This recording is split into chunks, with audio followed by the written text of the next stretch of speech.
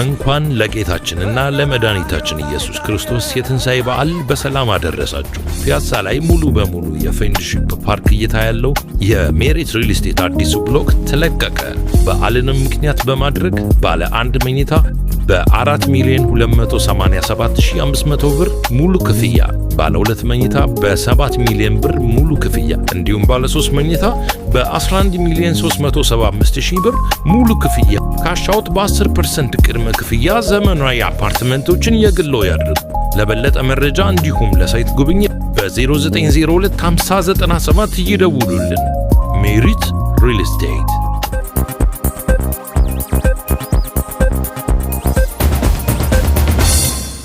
ሰላም እንዴት አላችሁ? የኢትዮ ታይምስ ቤተሰቦቻችን ለሰዓቱ የተመረጡ አዳዲስ መረጃዎችን ይዘንላችሁ ቀርበናል። ከመረጃዎቻችን መካከልም ኢራን የቀረበላትን የ2 ሳምንት የተኩስ አቁም ስምምነት በከፍተኛው የአገሪቱ መሪ ሙጅተባ ኻሜኒ በኩል በይፋ ማጽደቋን ኒውዮርክ ታይምስ ዘግቧል።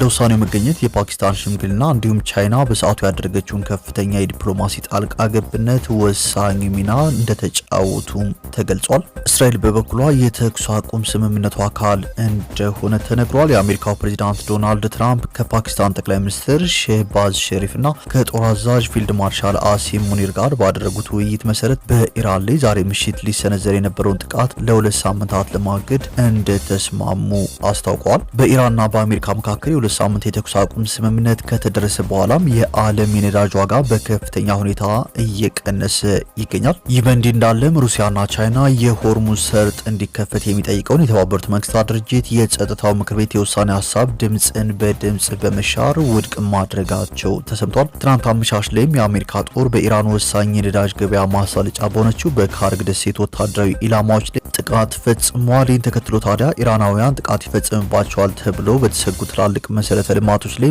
አንድ ላይ በመሰባሰብ መሰረተ ልማቶችን መጠበቃቸው ታይቷል። ይህ ክስተትም ለብዙዎች ግርምትን ጭሯል። በሌላ መረጃ ደግሞ የአሜሪካ የህግ አውጪዎች ትራምፕ ከስልጣን እንዲወርዱ መጠየቃቸው ተሰምቷል። ትናንት ፕሬዚዳንት ዶናልድ ትራምፕ ብዙዎችን ያስደነገጠ መግለጫ ሰጥተው ነበር። ዛሬ ሌሊት ስልጣኔ ተመልሶ በማይመጣበት ሁኔታ ያበቃልታል የሚል አነጋጋሪ መግለጫ የአሜሪካው ፕሬዚዳንት ዶናልድ ትራምፕ ሰጥተው ነበር። ኢራን የቀረበላትን ቅድመ ሁኔታ ተቀብላ ተግባራዊ የማታደርግ ከሆነ ሙሉ ስልጣኔዋ ዛሬ ሌሊት ይሞታል ሲሉ በጠንካራ ቃላት አስጠንቅቀው ነበር። ሙሉ መረጃውን በዜናችን በዝርዝር እናስደምጣችኋለን። ከዚህ መረጃ በተጨማሪ በወልቃይት አቅራቢያ በአርሚ 7 ታጣቂዎችና በጸጥታ ኃይሎች መካከል ግጭት እንደተቀሰቀሰ ተሰምቷል። በዝርዝር የምንመለከተው ሌላኛው ርዕሰ መረጃችን ነው። ክቡራትና ክቡራን የኢትዮ ታይምስ ቤተሰቦቻችን እነዚህንና ሌሎች ለሰዓቱ የተመረጡ አዳዲስ መረጃዎችን ይዘንላችሁ ቀርበናል። ዝርዝር መረጃዎቻችንን ለማድመጥ ቻናላችንን ሰብስክራይብ በማድረግ የደወል ምልክቷን በመጫንና መረጃውም ለብዙዎች እንዲዳረስ ላይክ በማድረግ እስከ መጨረሻው አብራችሁን ቆዩ። ወደ ዜናችን ከማለፋችን በፊት ክቡራትና ክቡራን የኢትዮ ታይምስ ቤተሰቦቻችን በቪዲዮ ላይ የምትመለከቱት በሰሜን ጎንደር ሀገረ ስብከት ደባርቅ ወረዳ ሰጊ ቀበሌ የሚገኝ የአንጎባ የአቡነ ገብረ መንፈስ ቅዱስና የልደታ አንድነት ገዳም ነው። በዚህ ገዳም ከ30 በላይ መነኮሳት ይገኛሉ። መነኮሳቱ ለመኖሪያ ባዕት፣ ለቀለብ፣ ለሚለብሱት ልብስ እንዲሁም በቪዲዮ ላይ እንደሚታየው በመገንባት ላይ ለሚገኘው ቤተክርስቲያን ሲሚንቶን ጨምሮ ብዙ ገዛዎች ስለሚያስፈልጉት በመላው ዓለም ያላችሁ ደጋግ ወገኖቻችን የምትችሉትን በማገዝ ቤተክርስቲያን ችንን እንስራ ሲሉ አባቶች በእግዚአብሔር ስም ጥሪ አቅርበዋልና የበረከቱ ተሳታፊ እንሁን እንላለን። ድጋፍ ለማድረግ የገዳሙ አካውንት ንግድ ባንክ 1072711597 እንዲሁም አቢሲኒያ ባንክ 2413353836 ሲሆን ለተጨማሪ መረጃዎች ከስክሪኑ በሚታየው ስልክ አባቶችን በቀጥታ ማግኘት የሚችሉ መሆኑንም ለማሳሰብ እንወዳለን። የለንም ቤትም አንዲት ቤት ናት። ለእናቶችም ለኛም አንዲት ቤት ናት። ለአባቶችም ቤት ደግሞ በጣም ያስፈልገናል። ሰው መቼም ልብስ አልባ ቤት አልባ አይቀመጥምና ቤት በጣም ያስቸግረናል። ልብስ በጣም ያስቸግረናል። ለዚህ አስቡልን፣ አትርሱን፣ አስቡልን። የተዚያሩን ሰፋ ሰፋ ያርግልን፣ እናንተንም ያደራጅልን።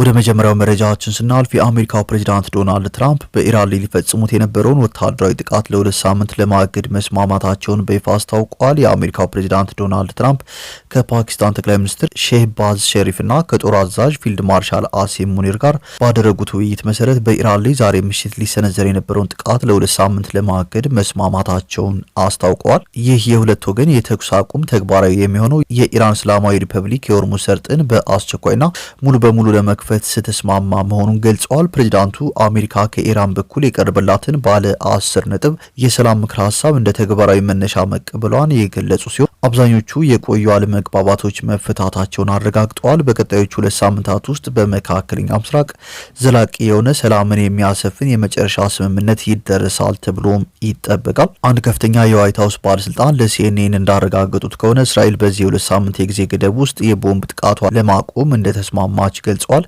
ይህ ሁሉንም ነገር ይለውጠዋልም ተብሏል። ትራምፕ ከዚህ ቀደም እስራኤልን በተመለከተ እኔ ሳቆም እነሱም ያቆማሉ ብለው ነበር። ኢራን በበኩሏ የቀረበላትን የ2 ሳምንት የተኩስ አቁም ስምምነት በከፍተኛው የአገሪቱ መሪ ሙጅተባ ኻሜኒ በኩል በይፋ ማጽደቋን ኒውዮርክ ታይምስ ዘግቧል። ለውሳኔው መገኘት የፓኪስታን ሽምግልና እንዲሁም ቻይና በሰዓቱ ያደረገችው ከፍተኛ የዲፕሎማሲ ጣልቃ ገብነት ወሳኝ ሚና ተጫውተዋል ተብሏል። ስምምነቱ ቻይናና ፓኪስታን በጋራ በመተባበር በመካከለኛው ምስራቅ ለሳምንታት የቆየውን የጦርነት ስጋት ወደ ሰላም የቀየሩበት ታሪካዊ ክስተት ሆኖ ተመዝግቧል።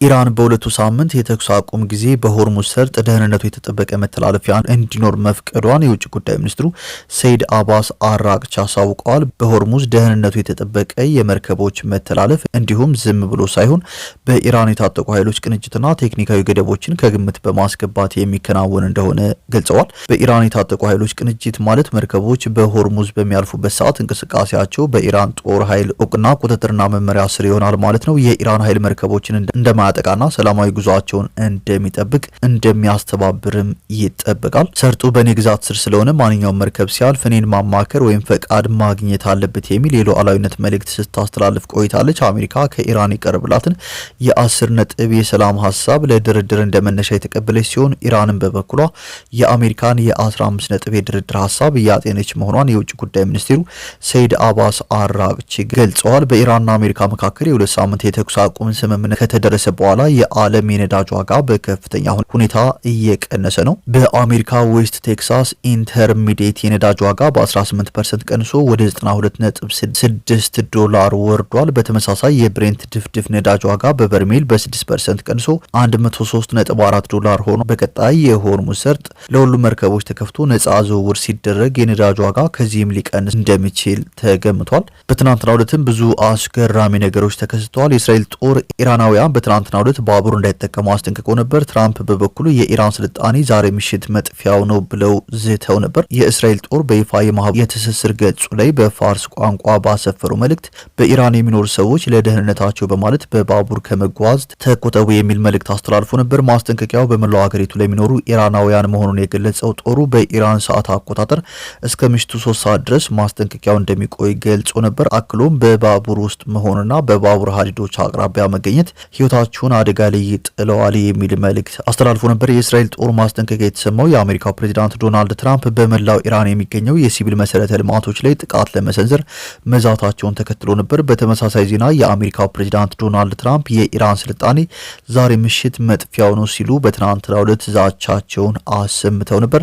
ይህ እንዳይሆን ሀገሪቱ ስምምነት መድረስ እንዳለባት የአሜሪካው ፕሬዝዳንት በማህበራዊ ገጻቸው ባሰራጩት የዛቻ መልእክት ጠቁመው ነበር። ይህንን ተከትሎም ትራምፕ ኒውክሌር ሊጠቀሙ ይችላሉ የሚሉ አስተያየቶች ተሰጥቶ ነበር። ትራምፕ የኒውክሌር ጦር መሳሪያን በኢራን ላይ ሊያሰማራ ይችላል የሚል ስጋት መኖሩን ዘጋርዲያን ዘግቧል። በአሜሪካ መንግስታዊ ስርዓት ፕሬዚዳንቱ የኒውክሌር ቦምብን የማዘዝ ብቸኛ ስልጣን አላቸው። በዚህ የኒውክሌር ትዕዛዝ ሰንሰለት ውስጥ የፕሬዚዳንቱን የኒውክሌር ትዕዛዝ ማንም ሰው ጣልቃ ገብቶ ማስቆም አይችልም። ይህን ተከትሎም ትናንት ምሽት አሜሪካ ጥቃት ጀምራ ነበር። የአሜሪካ ጦር በኢራን ወሳኝ የነዳጅ ገበያ ማሳለጫ በሆነችው በካርግ ደሴት ወታደራዊ ኢላማዎች ላይ ጥቃት ፈጽሞ ነበር። ከአረግ ደሴት 90% የኢራን ነዳጅ ለውጭ ገበያ የሚቀርብበት የኢራን ወሳኝ የኢነርጂ ማዕከል ነው። ኢራን በበኩሏ ከዚህ በኋላ ያለምንም ገደብ በአሜሪካና አጋሮቿ ላይ ጥቃት ፈጽማሉ ስትል ማስጠንቀቂያ የሰጠች ሲሆን የቀጠናው ሀገራትና አሜሪካ ነዳጅ ለዓመታት እንዳያገኙ አደርጋለሁ ስትል ዝታ ነበር።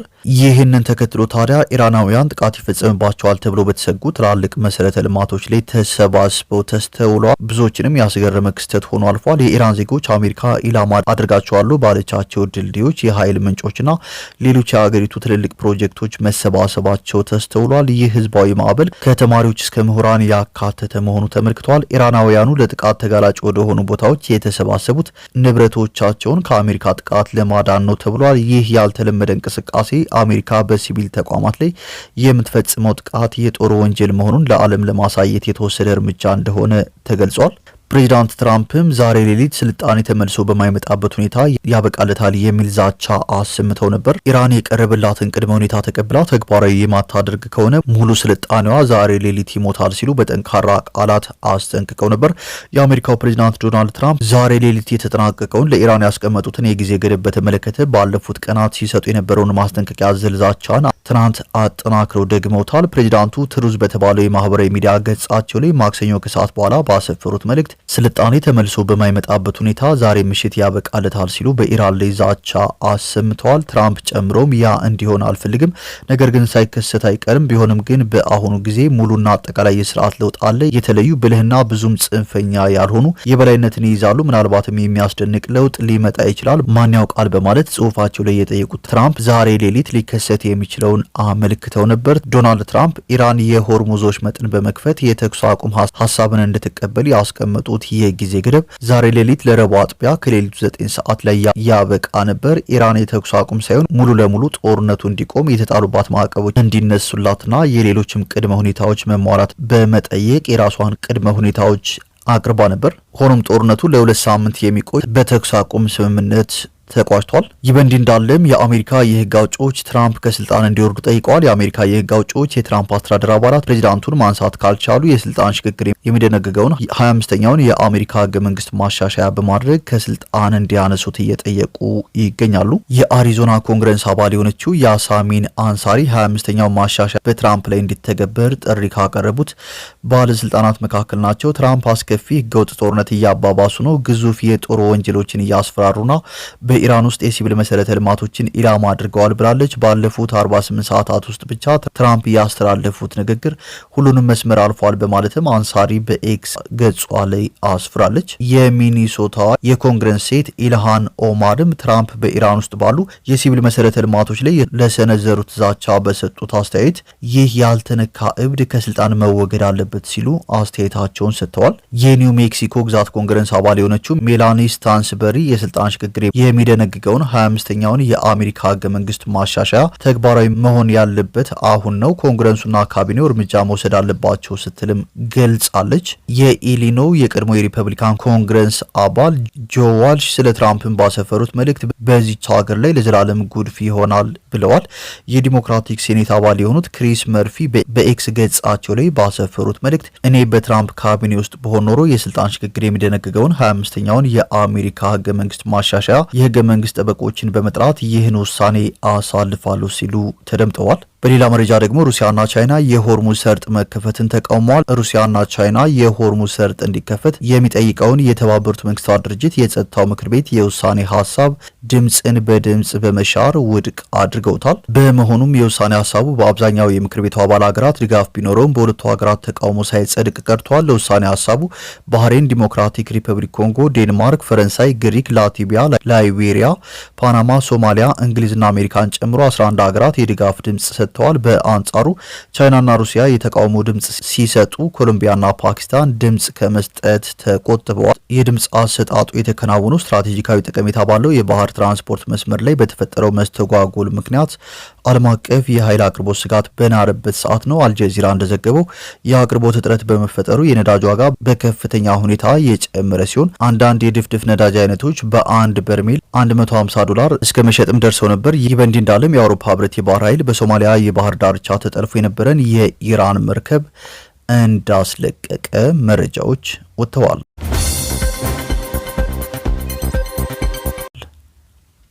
ወደ ቀጣዩ መረጃችን ስናልፍ ጠቅላይ ሚኒስትር ዶክተር አብይ አህመድ የትግራይ ክልል ጊዜያዊ አስተዳደር ፕሬዚዳንት ሌተናል ጄኔራል ታደሰ ወረደ ያቀረቡትን ዓመታዊ ሪፖርት መቀበላቸውንና በሪፖርቱ ግኝቶች ላይ መወያየታቸውን የጠቅላይ ሚኒስትር ጽህፈት ቤት ትናንት ጠዋት አስታውቋል። ሌተናል ጄኔራል ታደሰ ከአንድ ዓመት በፊት መጋቢት 30 ቀን 2017 ዓ.ም አቶ ጌታቸው ረዳን በመተካት የትግራይ ክልል ጊዜያዊ ፕሬዚዳንት ሆነው መሾማቸው ይታወሳል። ጠቅላይ ሚኒስትር አብይ በወቅቱ በሰጡት መግለጫ ሌተናል ጄኔራል ታደሰ ያለፈውን አስተዳደር ጥንካሬዎችና ተግዳሮቶች ጠንቅቀው የሚያውቁ በመሆናቸው ትግራይን በዚህ ወሳኝ ሰዓት ለመምራት ዝግጁ እንደሆኑ በብዙዎች ይታመናል ብለው ነበር።